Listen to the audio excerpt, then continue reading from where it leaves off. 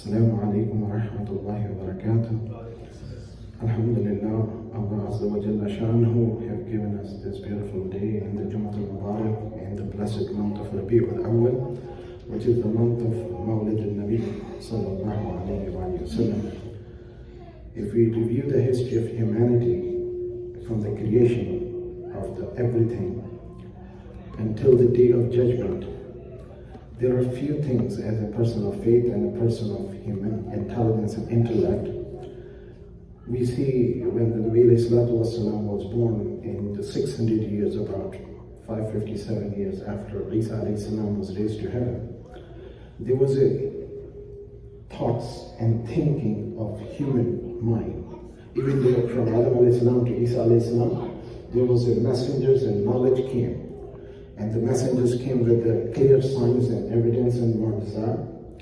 And there was a human intelligence, and people believe what they call of the most advanced knowledge of that time for the humanity, which is evident from the fact that there were Ahram al-Misr. We see the civilization in Mexico. We see the civilization in Indus Valley, Mohenjo-daro and Hampa. We see the history of human civilization evolved and developed in China and further other nations on the earth. But the concept of belief and thinking and reasoning and logic were there of that way, which is totally changed after the birth of Muhammad Rasulullah. So this is a whole topic of discussion. Time is always limited. Inshallah, someday when we'll have the program for Mawlid al-Nabi, we can discuss very many aspects. Every single aspect of human life is totally revolutionized, if you could say, for the lack of a better word.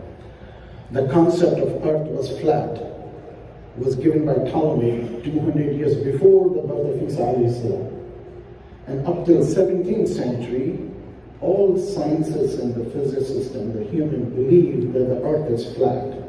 And everything is revolving around the earth, the concept of geocentric world.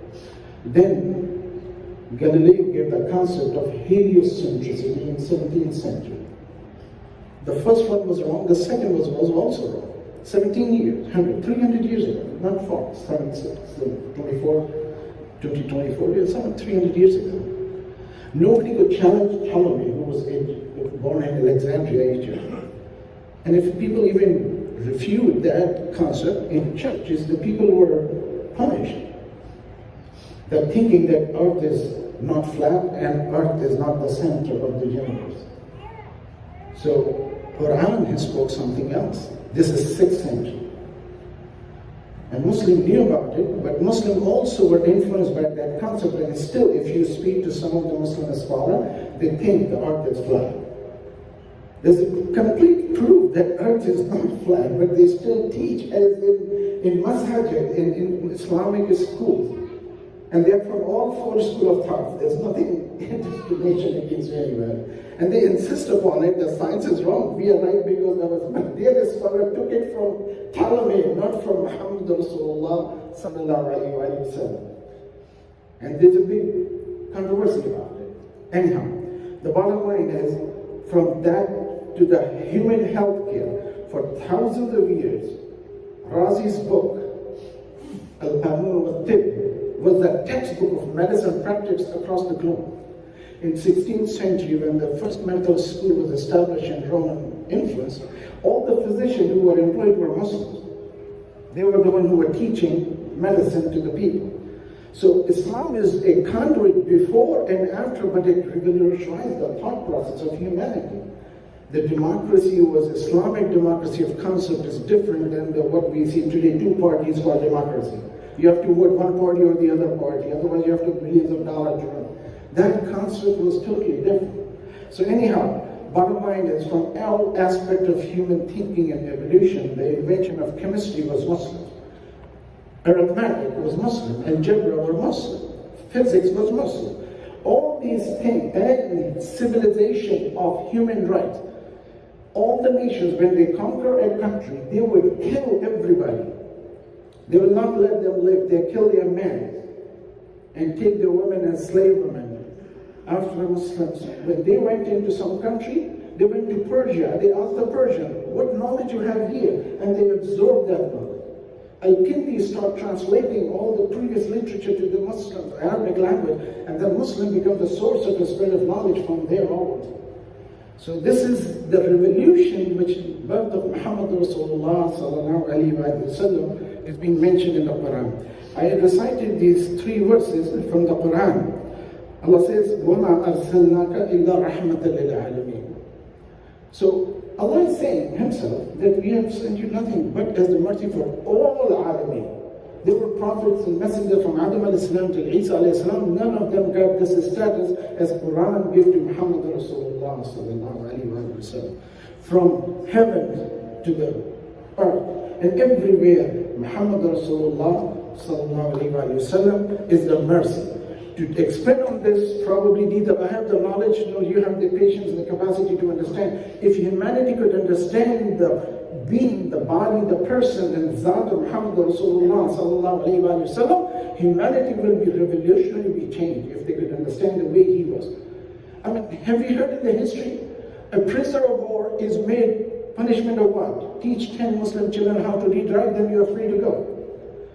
When the Kuffar Makkah for 13 years persecuted Rasulullah, his daughter was stabbed, his family was punished and tortured, his property was confiscated. All Muslims, not just him alone, his followers, all of them suffered in Mecca. And when the Mecca was opened, everybody expected he is not going to get even with all of them. And what was the general announcement? Everybody's free. Allah subhanahu wa ta'ala made him the mercy to understand. And nobody was forced to become Muslim. They were optional. You want to live as a Muslim, as a kafir. If you have to live as a kafir, then you have the rules. If you live as a Muslim, you have the rules to follow. It was not just only one side or the other. So Allah subhanahu wa ta'ala made Nabi alayhi salatu wa salam rahmatan lil alameen. Now, there's another thing to understand in Quran. Allah subhanahu wa ta'ala does not say anything for no reason. Surah Al-Duha, Allah subhanahu wa ta'ala says, وَأَمَّا بِنِعْمَةِ رَبِّكَ فَحَدِّثْ. And when you are given a ni'mah by Allah subhanahu wa ta'ala, so talk about it. فَحَدِّثْ, let everybody know. Hadith, talk about it. And see, recently, since about 1924 or so, when the Kaaba was taken over by a group of people, and they imposed their fiqh, not 1400 years old fiqh, their fiqh. And they say that they're talking about Rasulullah and the month of Mawlid al-Nabi or Rabi al-Awwal is a bid'ah and shirk and haram. But they talk about 1400, hundreds of years that was celebrated in Mecca and Medina and all over the Muslim world, the Mawlid al-Nabi. Then they come with the theory that this one person did it, that. I don't want to go into that detail, but you can all read about it. And they are so adamant, they almost made Muslim think that if they are happy on the occasion of Mawlid al-Nabi, it's kind of some sort of a bid'ah or haram or a shirk. Allah subhanahu wa ta'ala does not have a birthday. So where's the shirk here? Next thing, if we do not talk about the ni'mah, Allah says every ni'mah I have given you, talk about it. Our own wujud, existence, our eyes, our bodies, our ability to enjoy and feel and pleasure and consciousness, our parents, our family, our loved ones, our education, our knowledge, our strength, everything is a ni'mah from Allah subhanahu wa ta'ala. It is not that Allah subhanahu wa ta'ala did not mention these ni'mah, but if you look into logically, Allah says you'll be questioned about the ni'mah. There are ni'mah, some people have wealth, some people have health, some people have power, some people have fame, some people have skills and talent. Not everybody is equal. Every individual has certain qualities, certain deficiency. Nobody is perfect. So what is Allah subhanahu wa ta'ala, how is going to ask about the ni'mah? A general answer is whatever is given to you will be questioned about it. But this is something special, ni'mah. Allah subhanahu wa ta'ala says, وَلَا تُسْأَلُونَ عَنِ يَوْمَئِذٍ عَنِ النَّعِيمِ. When Allah will ask about the ni'mah, which is something Allah should give to everybody, because you cannot say that I didn't have this ni'mah. Allah, you cannot question about me. A blind person cannot answer about the eyes. An orphan child cannot talk about the parent. So it is not a ni'mah. It actually is considered something bad not to have a healthy body. A sick person can say, Allah, you didn't give me health. Some poor person will say, Allah can give me a rest. So ni'mah is something which is universal for all creation, and that is only one. وَمَا أَرْسَلْنَاكَ إِلَّا رَحْمَةً لِلْعَالَمِينَ. He is the universal mercy for all the alameen, everywhere. And that is the ni'mah will be questioned about. And we, the ambassador of Muhammad Rasulullah sallallahu alayhi wa sallam, this is our duty according to Quran. وَأَمَّا بِنِعْمَةِ رَبِّكَ فَحَدِّثْ. When Allah gives you a ni'mah, talk about it. Tell about it. Let the world know about it. No men have come to the closest to the personality as a person, as a leader, as a father, as a preacher, as an advisor, as a caretaker, as a protector, as a guardian. Nabi Wasallam, when he made a covenant with a person, whether he was a Muslim or non-Muslim or even not Jew or a Christian, he fulfilled that commitment. He made obligated for every Muslim. If a non-Muslim is given a protection in by Muslim, every Muslim is supposed to protect that one cannot touch that person. Nabi Wasallam says on the day of judgment, I will be advocating for that person you did transgression against. And there are other religions who says you can kill their children and women and people, every one of them. That's what they're doing in Gaza. And they prove it by their book. They justify it. For them, you kill the children. Children have not sinned. What kind of preaching is that? And then also, they say that we are the chosen one, rest of the world is Gentile, so you can never be like them. No matter how much you worship, you can never be equal to them. Subhanallah. What a justice from Allah subhanahu wa ta'ala, right? He chose only less than 2% world population over 98%. This is the adl. A scholar described what is adl and justice. Insaf. In Arabic, insaf called nis. Nis means half and half. Example is scholar give for understanding. If mother had 2 children and she prepared breakfast, 2 slices of bread and a glass of milk, both of the children, she gave 2 slices of bread, a glass of milk. But one kid got sick one day and the other one got healthy. So then next day what she's going to do? She's going to give the one type of food to one child, other child the food for the sick person. That is an adl, because you cannot feed healthy food to the sick person. For example, a person has diabetes and one is not. You cannot give sugar to the diabetic even though you love this person too. That is adl. You don't give them food which is harmful for them. So this is what Allah subhanahu wa ta'ala have created the justice for what we may understand. May Allah subhanahu wa ta'ala give us the wisdom and the ability to understand. And now, some people say that zikr Rasulullah is only the way they interpret. In Quran, Allah subhanahu wa ta'ala, in Surah Yusuf, the last verse Allah subhanahu wa ta'ala mentioned, verse number 111, وَلَقَدْ كَانَ فِي قِصَصِهِمْ عِبْرَةٌ لِأُولِي الْأَلْبَابِ وَمَا كَانَ حَدِيثًا يُفْتَرَى ولكن تصديق الذين بين يديه ونفصل كل شيء وهدى ورحمة لقوم يؤمنون. This will require almost a day to explain for me to understand and for you to interpret. Allah subhanahu wa ta'ala says in the last verse of Qissas Yusuf alayhi salam, see, he was one of the great 4-generation prophet, Ibrahim, Ishaq, Yaqub and Yusuf. What an honor. And then what ended up happening, the most handsome man was sold for fake currency in the Bazaar of Misr, in the street of Misr, Egypt. What a trial and turbulence, and at the end, when all the family got together, Allah subhanahu wa ta'ala says, indeed, laqad, indeed, absolutely. كَانَ فِي قِصَصِهِمْ, in the story of those, qisas of who? Qisas of Anbiya. Yusuf alayhi salam and his father Yaqub and his other 11 brothers. The story of them has a ibrah, is a message. لِأُولِي الْأَلْبَابِ, the people of intellect. If the zikr of Yusuf alayhi salam in the Quran is a lesson for the believer, what about my Muhammad Rasulullah? Zikr of Muhammad Rasulullah is less than the zikr of Yusuf alayhi salam? We should gather in our home and our family and our children and our community to do the zikr of Muhammad Rasulullah.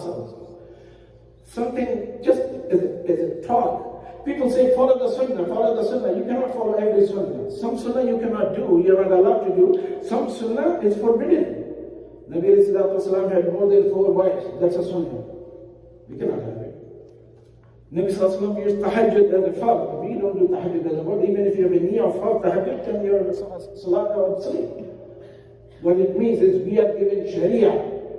We are follow the sharia of Muhammad Rasulullah. We are obliged because Nabi Sallallahu said, follow my this sunnah, not all the sunnah. So something has to be understood. So Allah subhanahu wa ta'ala said, مَا كَانَ حَدِيثًا يُفْتَرَى. This is not just a storytelling and fake story. وَلَكِنْ تَصْدِيقَ الَّذِي بَيْنَ يَدَيْهِ. This is the testimony of the book which you have in your hand, which is Tawrat and Injil, Gospel and Bible.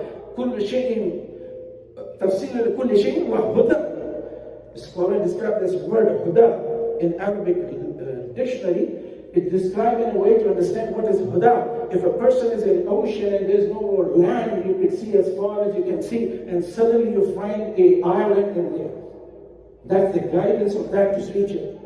So one who is lost in the ocean, find a direction, is a guidance. This is the explanation how the scholar described.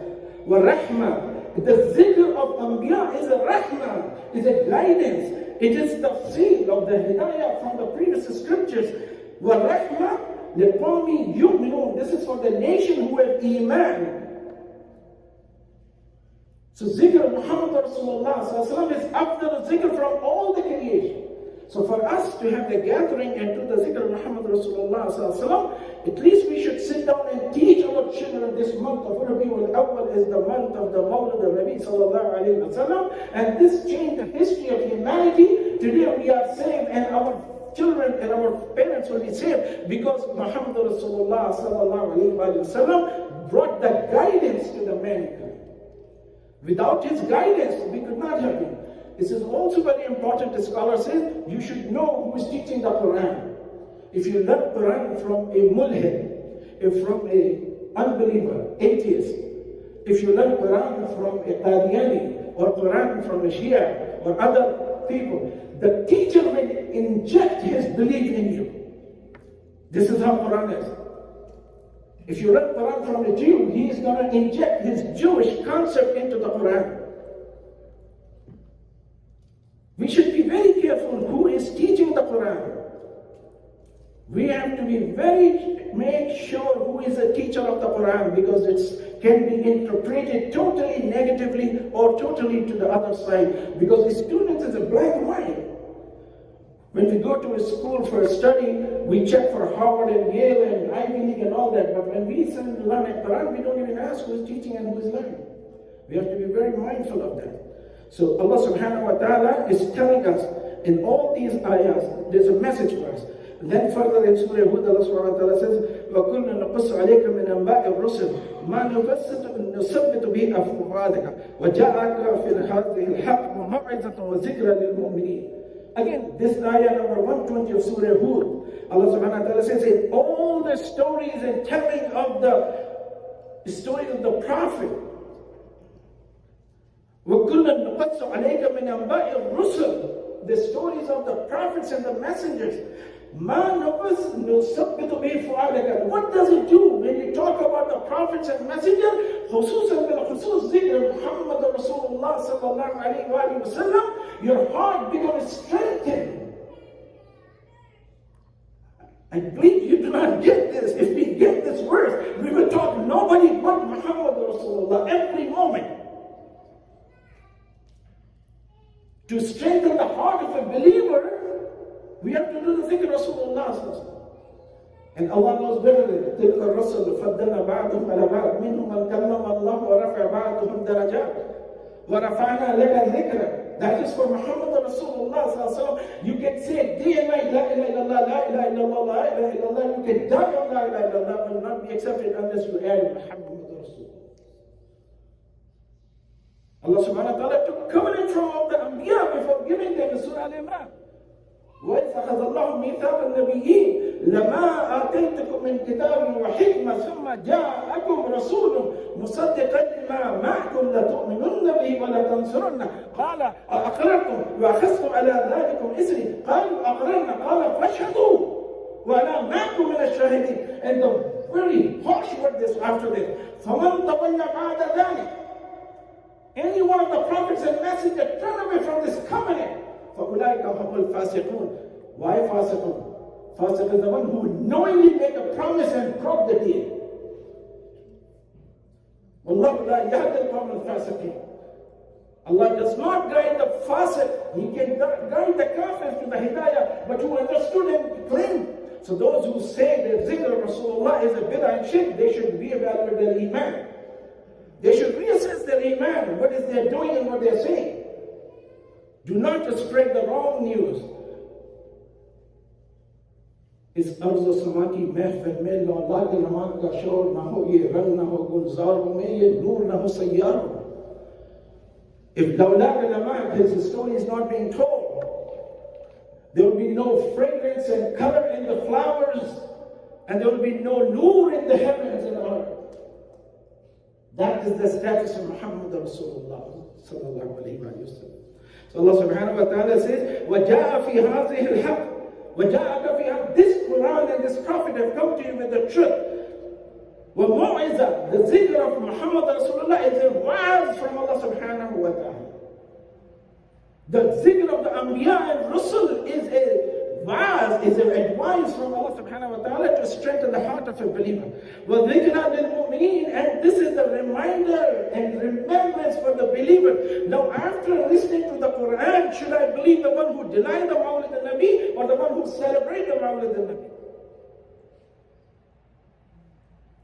If you gather and feed somebody, give a gift to somebody, a candy to somebody, and people will ask you why you're doing it, you can say that I'm doing it because I want to celebrate the Mawlid al-Nabi. Just a little candy, a glass of milk to anybody. Allah will appreciate it. Allah will accept it. Allah will make it acceptable. So Allah subhanahu wa ta'ala says, فَقْصَصِ الْقُصَصَ لَعَلَّهُمْ يَتَفَكَّرُونَ. This is just an ayah about Balam bin Ba'ud, Surah Araf. In these stories, Allah subhanahu wa ta'ala says, there is a فَقْصَصِ الْقَصَصَ لَعَلَّكُمْ يَتَفَكَّرُونَ, so that you may reflect upon it, the ponder over it. This is as a Muslim ummah, as the ummah of Rasulullah sallallahu alayhi wa sallam, it is our duty. And Surah Al-Qasas, it is zikr about a king. A king, and everybody believes it, all the school of Muslims thought, they believe in that. That king one day woke up, and he was very unhappy and disturbed. He came to the court, and he was one of the mightiest king of the time. When he was sitting at the court, his advisors, and in those days there used to be what is called Nijumi, the fortune teller or star study people. So they were there. So they all asked, King, what has happened? Why you are so upset and sad today? King was sitting his head down, worried about it. He said, well, last night I had a dream that my kingdom, my palace, my whole kingdom is destroyed by a person. So the people who were sorcerer and fortune teller, it used to be a truth. Quran says Najum. The Najumi, the people who would tell the fortune by stargazing and whatever position. It was a knowledge. It is a knowledge. Islam says it's forbidden knowledge, but it is a knowledge. So they said, if you promise you will not behead us, we can tell you the future or the interpretation of this dream. So he allowed them. So they said the baby will be born, and that child will destroy your kingdom, will be the cause of your death. He said, what should I do? He said, he will be born among Bani Israel. So what he did, he commanded kill all the newborn babies. Then they found that there were no men left to work. He said, now then 1 year will be allowed to born, 1 year they will be allowed to يُسَبِّحُونَ أَبْنَاءَهُمْ وَيَسْتَحْيُونَ نِسَاءَهُم. Allah subhanahu wa ta'ala says, you want to deny the mawlid of my Nabi, my Rasul? He will be raised in your home. Asiya, Zawja, Fir'aun, she took Musa alayhi salam. You know what Musa means? Mu in Ibrani is water. Sa means tree. He was found in the tree, in the water, in the little crib. That's why they call him Musa. And she forbid him from killing the baby. If the Pharaoh's wife can save a child, you should know that none of us can be as strong as Pharaoh. If she wants something, the wife gets her way.